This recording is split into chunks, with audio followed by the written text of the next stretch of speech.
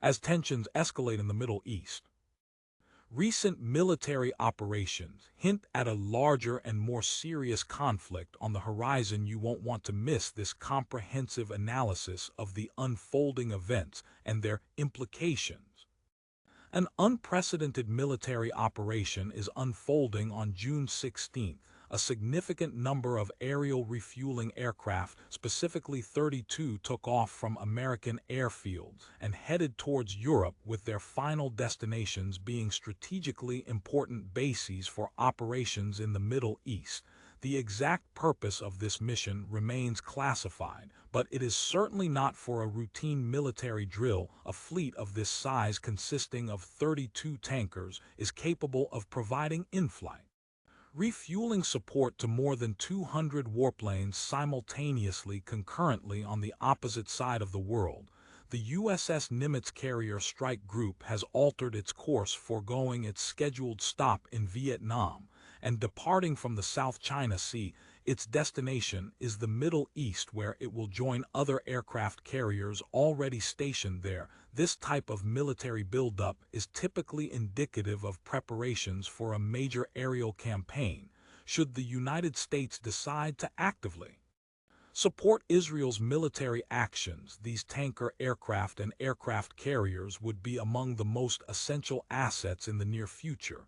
The United States might find itself compelled to intervene directly, if it hasn't already done so covertly.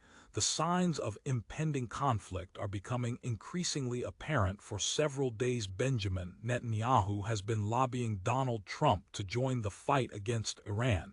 It appears that he may have finally succeeded in persuading him. Recently, Netanyahu demanded Iran's unconditional surrender and asserted that the U.S. possesses precise intelligence regarding the Supreme Leader's location, but has chosen not to target him at this time. This particular narrative has garnered significant attention, being reported by approximately 250 news outlets. However, a less prominent story concerns the potential successor to the Supreme Leader. Just days prior, Reza Pahlavi, the exiled crown prince of Iran, issued a call to the country's security forces, urging them to sever ties with the current regime and to back a widespread popular uprising. This is a noteworthy development. Iran lacks a cohesive opposition movement, which has been a primary factor in the failure of previous uprisings. However, with the crown prince emerging as a potential leader, a unified opposition force could potentially materialize. This story has received limited coverage, with only around 80 sources reporting on it, and the majority of these sources tend to lean towards the right-wing perspective. Therefore, much remains to be understood about the unfolding events. I utilize ground news to connect the dots and gain a comprehensive understanding, as it provides access to local and regional news sources. I firmly believe that this approach is essential for comprehending the complexities of this volatile region. I cannot overemphasize the importance of this, which is why I approached Ground News to sponsor this video. I primarily use the blind spot page, where they share interesting stories that other news outlets often miss due to biased reporting. Go to groundnews/Caspian or download the mobile app and enter promo code Caspian to save 40% off the Vantage plan. Also, by subscribing, you're directly supporting my channel. Thank you. Ground News, the link is below. Israeli airstrikes have inflicted considerable damage, but they have not penetrated deep enough. Satellite imagery reveals the extent of the damage at Natanz, Iran's primary uranium enrichment facility. Key structures have been destroyed, and numerous leading scientists have been killed. One particular building, for example, was responsible for converting weapons-grade uranium into uranium metal, which is a crucial component of a nuclear weapon. Reconstructing this facility could take up to a year. However, the most significant challenge remains Iran's most heavily protected site. The Fordo fuel enrichment plant is situated deep within a mountain near Qum, encased in reinforced concrete. The facility is believed to be impervious to any Israeli weapon currently in existence. It was constructed in secrecy and only revealed to the public in 2009. Since then, Fordo has been a focal point of international efforts to restrict Iran's nuclear ambitions, but Iran has other highly secure facilities to depend on apart from Fordo. Iran has recently been constructing an even deeper, more fortified site known as the Pickaxe Mountain Plant. It is built straight into a mountain just a few kilometers south of Natanz. While Fordo is believed to have 2 tunnel entrances, Pickaxe has at least 4, making it much harder to seal off by bombing. Its underground chambers are also believed to offer more floor space. Iran has barred the IAEA from inspecting the site, so most of what is known about Pickaxe comes from open-source leaks. And a fair amount of speculation, however, if Iran decided to assemble a nuclear weapon while under attack, this is the place they would do it. Conventional bombs simply can't reach it. Israel's most advanced bunker-buster bombs, such as the U.S.-supplied GBU-28, can penetrate up to 6 meters of concrete, but that is woefully inadequate against the hardened chambers of Pickaxe or even Fordo. The only weapon with a chance of breaching these defenses is the GBU-57 Massive Ordnance Penetrator, MOP. This 13,600 kilogram bomb can penetrate up to 61 meters of concrete. It is the most sophisticated bunker-buster bomb known to exist, but only the U.S. Air Force can deploy it using the B-2 bomber. No other aircraft is equipped to carry it, and Israel does not possess any B-2 bombers. Therefore, to effectively dismantle Iran's nuclear program, Natanz, Fordo, and Pickaxe must be neutralized, and only the United States has the capability to initiate such an operation. Admittedly, air power alone may not suffice. Special forces would likely need to be deployed on the ground to verify the complete destruction of each site. The inescapable conclusion is that American involvement, particularly in aerial operations, is almost unavoidable. The majority of the U.S. tanker aircraft have landed in Italy, Spain, and Germany at bases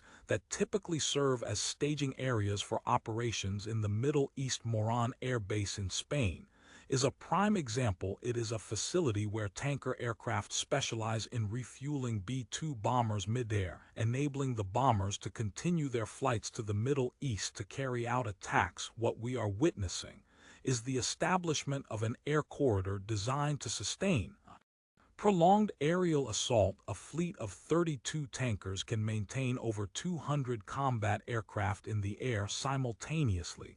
This level of support is unnecessary in a region where the U.S. already maintains a substantial military presence.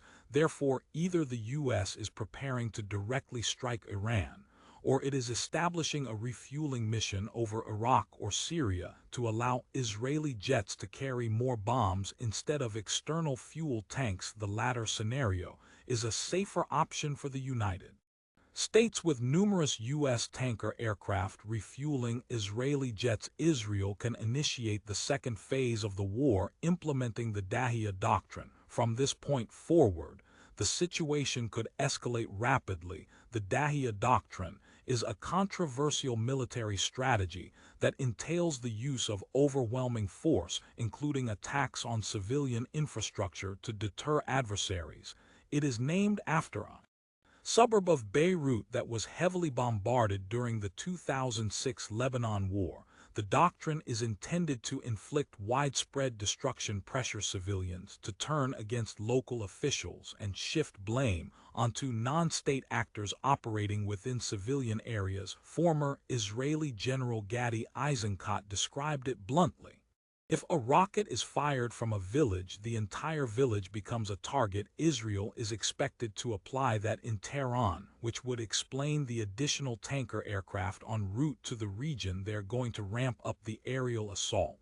The casualties would be enormous. Already, a mass exodus of civilians is underway, with many fleeing Tehran for safer ground. Critics argue that the doctrine violates fundamental principles of international law, specifically the distinction between civilians and combatants. The requirement for proportionality and the prohibition of collective punishment under the Geneva Convention, while this is undeniably true, power often dictates its own rules, and the world is often left with no choice but to adapt. This is the war that American, Israeli, and Iranian policymakers have been preparing for over the past 4 decades. Everything has led to this moment. Iran is aware that the U.S. is likely to join Israel in attacking its nuclear program. In anticipation, Iran has withheld the majority of its hypersonic missiles, storing them deep underground in bunkers that are beyond the reach of Israeli bombs. These missiles, designed to evade standard defenses, including the Iron Dome, are not intended for symbolic retaliation. They are reserved for targeted high-impact strikes on key U.S. military assets throughout the region. If America gets involved directly, Iran's strategy may encompass military bases, such as the British Royal Air Force Base at Akrotiri and the Andreas Papandreou Air Base in Cyprus. These two are used for surveillance and regional operations and would make for top priority targets. Other potential targets include the Al Udeid Air Base in Qatar, which serves as America's primary regional command center. Also at risk are the Khadija Air Base and the Harir Air Base in Iraq, the Ali Al Salem Air Base and Camp Arifjan in Kuwait, the Al Dhafra Air Base in the UAE, the Muwafaq Salti Air Base in Jordan, and the Prince Sultan Air Base in Saudi Arabia. Also within range are the U.S. carrier strike groups in the Red Sea and Eastern Mediterranean, as well as the Naval Support Activity Base in Bahrain, which serves as the headquarters for the U.S. Fifth Fleet. If Iran launches its hypersonic missiles at these sites, the casualties could be catastrophic, particularly if the missiles are equipped with dirty bombs designed to disperse radioactive materials. Despite Iran's efforts to conceal its arsenal and nuclear facilities deep underground, the U.S. military possesses weapons capable of reaching them. Tehran understands that if the conflict escalates into a full-scale war, even its most secure sites may not remain safe for long. Therefore, it is carefully considering when, where, and whether to deploy its most potent weapon. This conflict will not have a positive outcome. Many lives will be lost. The last time someone struck U.S. bases, they got a glimpse of the portable sun. What are your thoughts on the current military strategies? Join the conversation in the comments below.